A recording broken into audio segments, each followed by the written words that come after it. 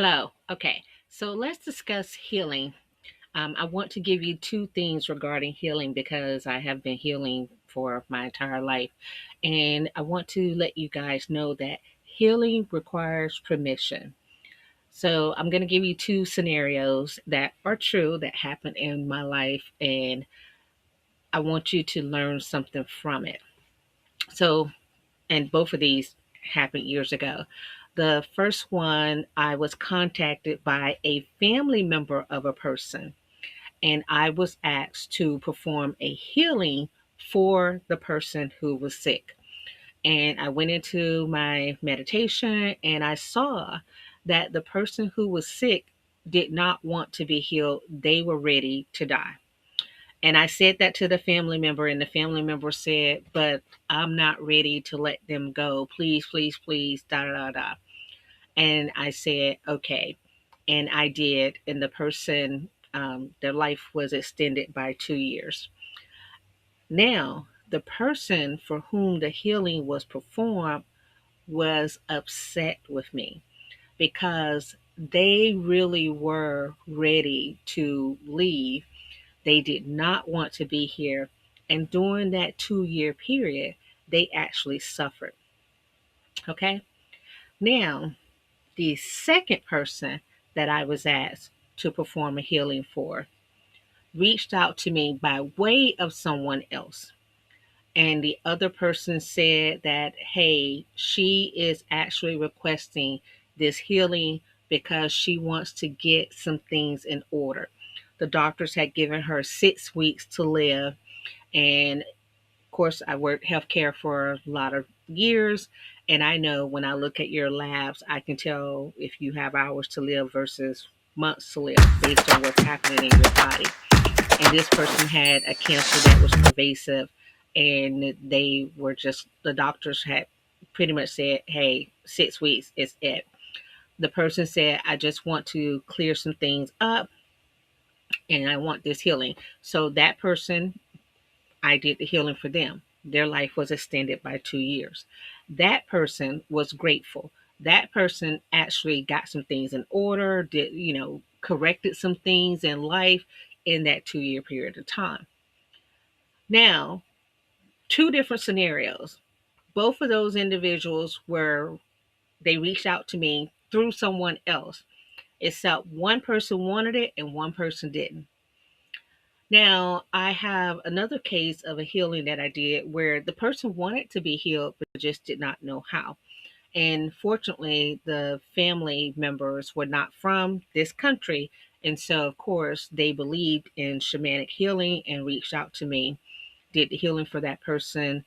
And that person was, they literally had called the family together because the person was expected to not make it through the night. I got an update few years after that that the person was still alive and thriving. That person and the person's family all wanted them to make it. Okay.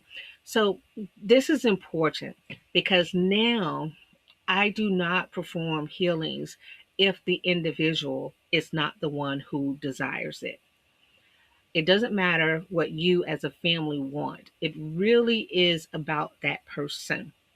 And again, all of the majority of the cases I work with are cases where the medical field has already said this is it, right? And that being the case, that way when things happen, we definitely know that it's against the norm, right?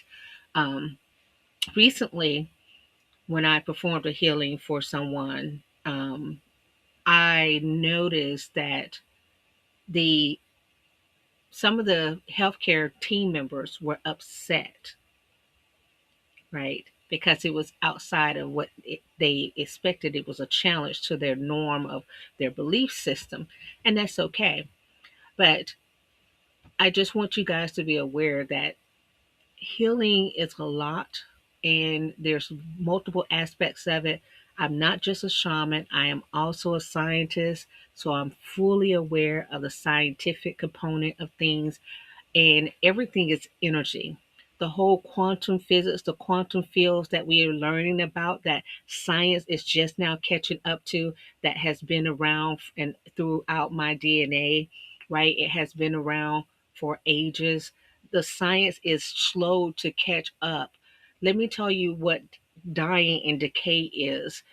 Cancer, anything, any disorder, is everything shutting down and closing down. All of the synapses are no longer talking. The energy exchanges that are taking place in your body, which take place based on a catalytic type energy, things happening, right? Shifts going on in your body. They're, they stop and it all starts shutting down and turning off until something comes in and disrupts that cycle of off of decay. Something comes in and gives it like a boost.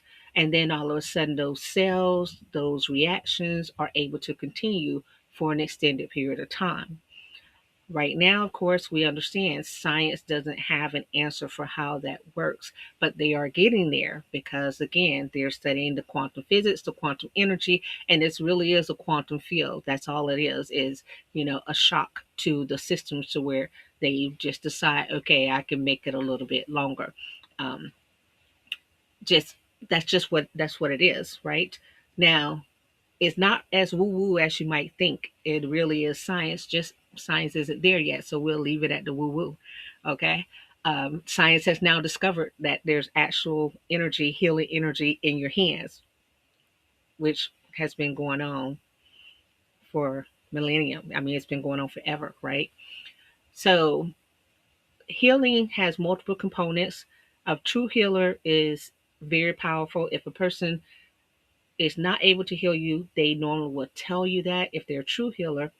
And I call on those of you who are true healers to remember to actually honor the wishes of the person who is receiving the healing. Okay. If that person does not want it, do not go against their wishes. And I have learned this from personal experience. And it's then you have to spend, time watching the person suffer and be miserable, and then they're not happy with you. Okay. So I just wanted to make this video about that. A little rambling, a little extra things, which you always get from me. Shaman Dr. Fryson. You guys be well.